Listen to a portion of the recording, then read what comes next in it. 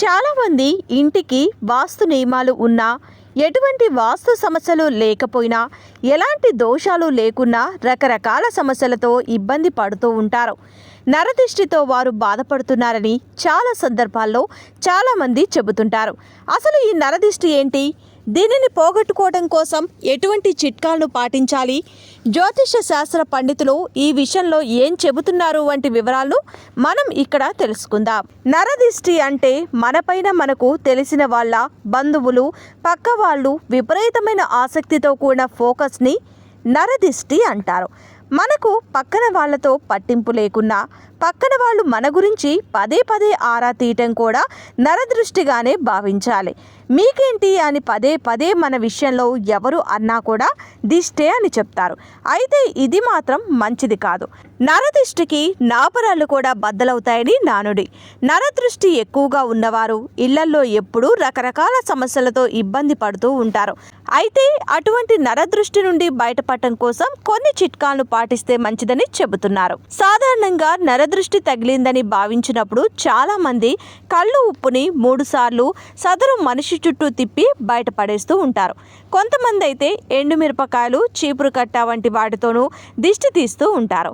ఇవి మాత్రమే కాకుండా జ్యోతిష శాస్త్ర నిపుణులు నరదృష్టి తొలగిపోవాలంటే మరికొన్ని చిట్కాలను చెప్పారు.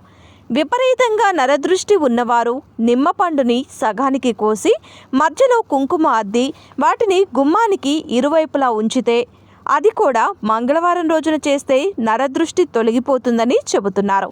అంతేకాదు పచ్చకర్పూరం, కస్తూరి పసుపు, అత్తర్ని గోమూత్రంలో కలిపి ఇంట్లోనూ వ్యాపారం చేసే చోట చల్లితే నరదృష్టి తొలగిపోతుందని, ఆర్థిక ఇబ్బందులు తొలగి ఆదాయం వస్తుందని చెబుతున్నారు. ఇక నరదృష్టి వల్ల రుణబాధలు వస్తే వినాయకుని ఆలయంలో పూజలు చేస్తే కాస్త దోషం, దృష్టి నుండి ఉపశమనం దొరుకుతుందని చెబుతున్నారు. అంతేకాదు ఇంటి ముందు గుమ్మడికాయ కట్టడం వల్ల, గుమ్మం దగ్గర కనుదిష్టి వినాయకుడి ఫోటో పెట్టడం వల్ల కూడా ఎటువంటి నరదృష్టి అయినా పటాపంచలవుతుందని చెబుతున్నారు. అప్పుడప్పుడు ఇంటిని ఉప్పు నీటితో శుభ్రం చేసుకోవటం, ఇంటి గదిలోని అన్ని మూలలకు ఉప్పు పోయటం వంటివి కూడా నరదృష్టి నుండి ఉపశమనం కలిగిస్తాయని చెబుతున్నారు. ఇక ఇంటి ముందు పచ్చని పువ్వులు పూసే చెట్లను పెంచటం కూడా నరదృష్టిని మనపై నుండి వాటిపైకి మళ్లిస్తాయని చెబుతున్నారు. ఈ చిన్న చిన్న చిట్కాలతో నరదృష్టి నుండి బయటపడవచ్చని చెప్తున్నారు.